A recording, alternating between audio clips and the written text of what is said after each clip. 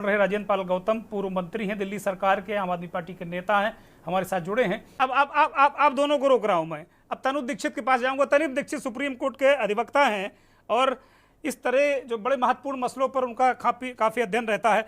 तनुज जी, इस पूरे मसले को जो सुप्रीम कोर्ट का आज फैसला आया, 7 सदस्यीय जो पूर्ण बेंच है सीजेआई की अध्यक्षता वाली, इससे कोई सामाजिक राजनीतिक परिवर्तन हो रहा है, कानून किस ओर इशारा कर रहा है? दुर्गेन जी, आज जो सुप्रीम कोर्ट का ऑर्डर आया है वो ये दर्शाता है कि 75 वर्षों में नौकरी को लेकर के जो जातिगत वितरण होना था वो अपर्याप्त ही है।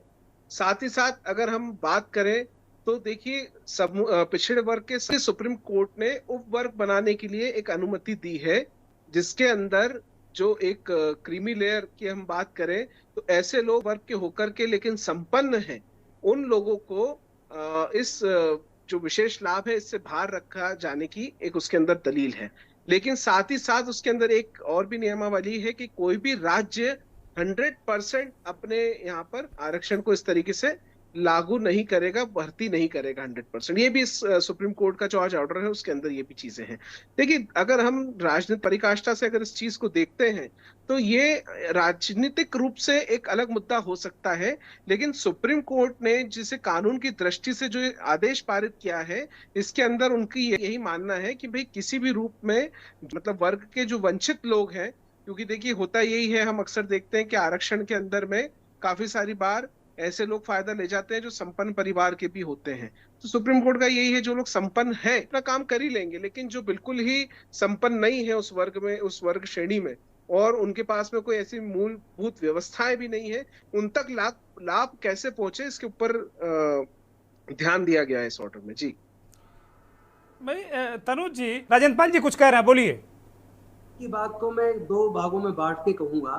पहली बात, अगर आप कॉन्स्टिट्यूशन ऑफ इंडिया को पढ़ो, रिजर्वेशन क्यों दिया गया, उसका आधार है those categories are socially and educationally backward classes. तो सुप्रीम कोर्ट ने ये कानून से बाहर जाके फैसला दिया है। गौतम साहब, लेकिन हम सुप्रीम कोर्ट भी ये नहीं कह सकते कि वो राजनीतिक फैसला दे रही है। एक मिनट सुनिए, कि जो दूसरी कैटेगरीज हैं एससी की, जिनमें अभी भी पर्याप्त मात्रा में आगे लोग नहीं बढ़े चूंकि उनके पास पढ़ने के लिए पैसा नहीं है। गौतम साहब, मैं यही कहूंगा कि आपकी जो बात है वो बिल्कुल सटीक बात है, लेकिन देखिए, जब कभी भी सुप्रीम कोर्ट किसी केस की सुनवाई करता है और फैसला देता है तो वो मतलब उसी पिटीशन पे फैसला दे सकता है जिसकी पिटीशन दायर की गई है। आपका जो सोच है कि इसके ऊपर और व्यवस्थाएं जो आर्थिक रूप से कमजोर है, मैं तो आज भी कहता हूँ हमारे पिछड़ा वर्ग के जितने भी भाई बहन, जितने भी जो लोग अभी वंचित है मूलभूत व्यवस्थाओं से, जो मैंने एक शब्द इस्तेमाल किया, निश्चित रूप से उसके लिए भी एक पिटीशन और अलग से दायर करनी चाहिए। आप जैसे पूर्व मंत्री जैसे जो लोग हैं, ऐसे लोगों को आगे आना चाहिए, और मुझे लगता है कि इस तरह की पिटीशन अगर दायर होगी तो निश्चित रूप से भी इस तरीके की सोच के साथ में भी कार्रवाई सुप्रीम कोर्ट करेगा, और वंचितों को निश्चित रूप से वहां भी मैं सोचता हूँ लाभ मिलने की पूरी उम्मीद रहेगी। निश्चित तौर पर बड़ी महत्वपूर्ण बात है, और मुझे लगता है कि सहमति बहुत महत्वपूर्ण चीज है।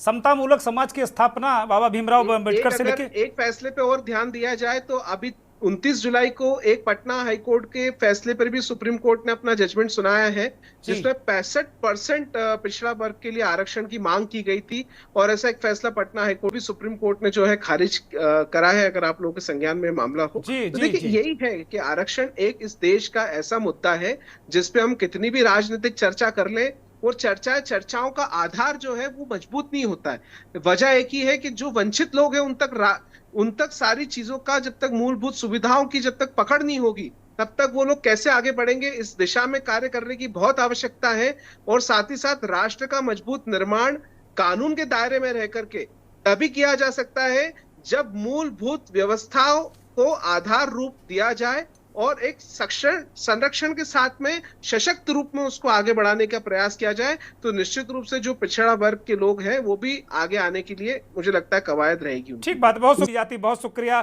कोर्ट ने एक जिस तरीके से पिटीशन दायर हुई उस पर एक बेहतरीन फैसला कोर्ट ने दिया है, इसमें कहीं कोई संदेह नहीं है।